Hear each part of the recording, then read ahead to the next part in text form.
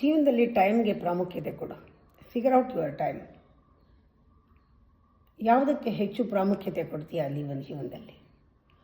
ನಿನ್ನ ಜೀವನ ಉದ್ದೇಶ ನೋಡು. ಉದ್ದೇಶ ಏನು? ಉದ್ದೇಶ ಇಲ್ವಾ? ಬದುಕೋದನ್ನೇ ಉದ್ದೇಶ ಮಾಡ್ಕೋ. ಅದಕ್ಕಿಂತ ಯಾವ ಉದ್ದೇಶವೂ ಸರಿ ಇಲ್ಲ. ಬದುಕೋದನ್ನು ಉದ್ದೇಶ ಮಾಡ್ಕೋ. ಅದಕ್ಕಿಂತ ಬೇರೆ ಯಾವುದೂ ಇಲ್ಲ.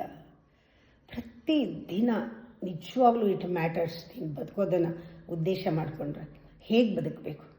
ಆರೋಗ್ಯವಾಗಿ, ಶಾಂತವಾಗಿ, ಆನಂದವಾಗಿ ಬದುಕಬೇಕು. ಇವಾಗ ನೀನು ಯಾವುದಕ್ಕೆ ವ್ಯಾಲ್ಯೂ ಕೊಡ್ತೀಯಾ? ಯಾವುದು ನೀನು ಆನಂದ ಸಂತೋಷನ ಕೆಡಿಸುತ್ತೆ ಅದು ಬಿಟ್ಬಿಡ್ತೀಯ. ಯಾವುದು ನೀನು ಸಪೋರ್ಟ್ ಮಾಡುತ್ತೆ ನೀನು ಆನಂದನ ಅದಕ್ಕೆ ವ್ಯಾಲ್ಯೂ ಮಾಡ್ತೀಯ. ಆ ವ್ಯಾಲ್ಯೂ ಮಾಡೋದು ಏನಿದೆ ಅದಕ್ಕೆ ಫೋಕಸ್ ಮಾಡು. ನೀನು ಸಪೋರ್ಟ್ ಮಾಡೋದದು ನಿರ್ದಾಕ್ಷಿಣ್ಯವಾಗಿ NO ಬಿಗ್ ನೋ ಹೇಳು. ಅದು